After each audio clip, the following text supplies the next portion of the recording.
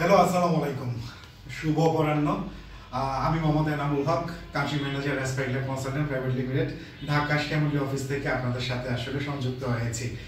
তো সবসময় আসলে আপনাদেরকে আমরা উপদেশ দিই কিভাবে ইন্ডিয়াতে যাবেন বা কিভাবে দেশের বাইরে পড়াশোনা করতে যাবেন, কোন সাবজেক্টে যাবেন, কোন ইউনিভার্সিটিতে যাবেন, দেন আপনার কোন কনসালটেন্সি ফার্ম আপনার জন্য ভালো হবে, সবকিছু মিলিয়ে আসলে প্রতিদিনই আপনাদের সাথে আমরা কথা বলি। আমাদের অফিস থেকে কেউ না কেউ কথা বলেন, বাট আসলে এখন সময় এসেছে আমাদের সফলতার কিছু গল্প বলা।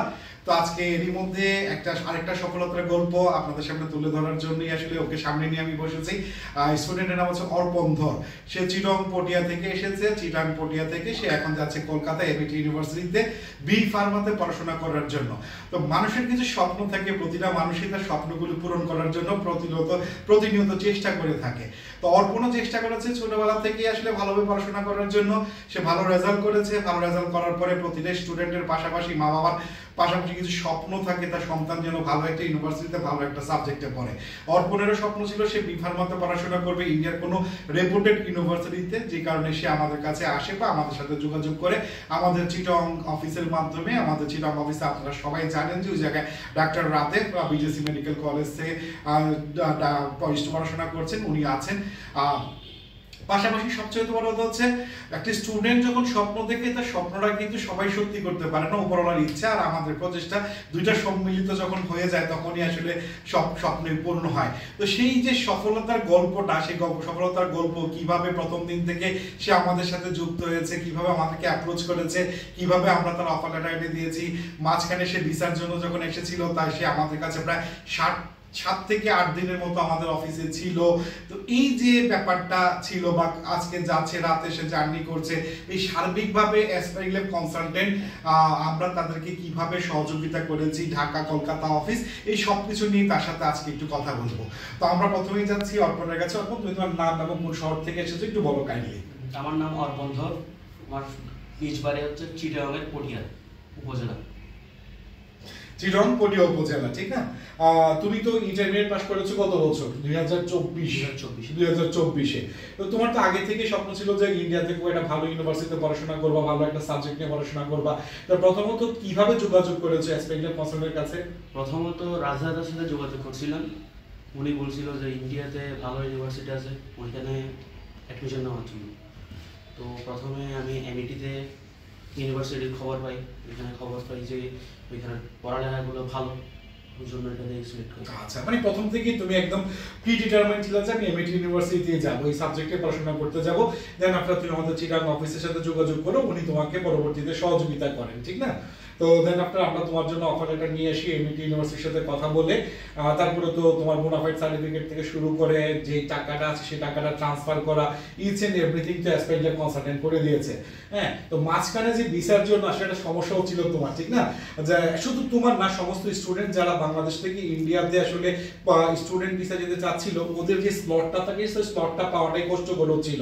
বাট আমরা আসলে তোমাকে কিভাবে সাপোর্ট দিয়েছিলাম সেই সময়টাতে যদি একটু বলবা। আসলে ভিসা পাওয়াটা অনেক কষ্টকর ছিল।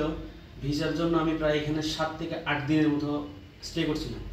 আর এখানের যে ফ্যাসিলিটিটা, এটা আপনাদেরকে ধন্যবাদ দিয়ে কীভাবে বলবো বুঝতে পারবো না।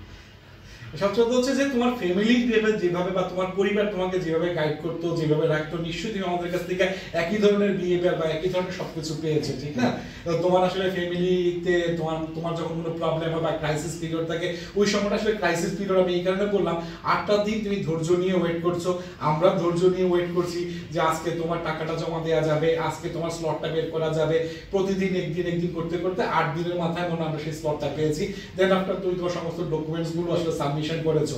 এখন তুমি যদি মানে কোন স্টুডেন্ট যদি একটা চিটং থেকে প্রতিদিন সে আসতে হইতো ঢাকাতে, স্লটটা কবে দিবে, বা যদি থাকতে হইতো 8 দিন, তাহলে নিশ্চয়ই একটা হোটেলও থাকতে হইতো, হোটেল কস্টিং ছিল, অনেক কিছু ছিল, থাকা খাওয়া। বাট এই যে সাপোর্টটা তাকে আমরা চিটং থেকে আসার পরে 7 থেকে 8 দিন দিয়েছি, তাকে একটা মেন্টালি রিলিফ করে দিয়েছি, সেটা অনেক বড় একটা ব্যাপার ছিল তার জন্য। তার মুখ থেকে সে বলেছে এখন হচ্ছে কি, by the grace of almighty সে আজকে আসলে ভিসা পেয়েছে ফাইনালি। তো সে ভিসা পেয়েছে আজকে, তার ফাইনালি সে ভিসাটা পেয়েছে আসলে 1 বছরের জন্য স্টুডেন্ট ভিসা পেয়েছে। তো আলহামদুলিল্লাহ আজকে রাতে সে আসলে কলকাতার উদ্দেশ্যে রওনা দিবে। কলকাতা অফিস থেকে আমাদের লোকজন আছে তাকে বরণ করে নেবার জন্য, তাকে রিসিভ করে তাকে ইউনিভার্সিটিতে পৌঁছে দেয়া, তার সমস্ত হোস্টেলে তুলে দেয়, এডমিশন প্রসিডিউর যাবতীয় যা কিছু আছে সবকিছু করে দেওয়ার জন্য আমাদের কলকাতা অফিসও রেডি আছে। এইভাবেই আসলে আমরা স্টুডেন্টদের সাথে সবসময় কাজ করি। তুমি যে সমস্ত স্টুডেন্টরা আসলে ইন্ডিয়াতে বা দেশের বাইরে যে কোনো জায়গায় পড়াশোনা করতে যেতে চায় তাদের উদ্দেশ্যে কিছু বলবা যে অ্যাসপাইরিং লাইফ যে ভালো বা মন্দ কিভাবে কাজ করে, কিছু বলবা কিনা তুমি? যারা বাইরে যেতে চায় আসলে অন্যান্য দেশে, ইন্ডিয়া হোক, রাশিয়া হোক, কোনো জায়গায়, ইউরোপ কান্ট্রি যেটাই হোক, অ্যাসপাইরিং লাইফ কনসালটেন্সি অনেক ভালো আমার মধ্যে। Thank you. অনেক কনসালটেন্সির সাথে যোগাযোগ করছি, কিন্তু এটাই অনেক ভালো লাগছে। Thank you. আসলে হচ্ছে এই যে স্টুডেন্ট যখন বলে যে একটা কনসালটেন্সি ভালো, কিভাবে বলে নিশ্চয়ই আপনারা শুনেছেন তার মুখ থেকে অনেকগুলি কথা। তো যে কারণে আসলে এখন শুধুমাত্র আমরা একটা কাজই করবো, তার সবকিছু শেষ, বাকি প্রসিডিউরটা ইন্ডিয়াতে হয়ে যাবে ইনশাল্লাহ। এখন আমরা তার সুন্দর ভবিষ্যতের জন্য দোয়া করবো, যেন সে একটা সুন্দর ভবিষ্যৎ পায়, সেজন্য খুব ভালো পড়াশোনা করে, সেজন্য তার মা বাবার স্বপ্ন পূরণ করতে পারে, আমাদের স্বপ্ন পূরণ করতে পারে, তার নিজের স্বপ্ন পূরণ করতে পারে। এইভাবেই অ্যাসপাইরিং লাইফ আপনাদের পাশে ছিল, আছে, ভবিষ্যতেও থাকবে। ধন্যবাদ সবাইকে।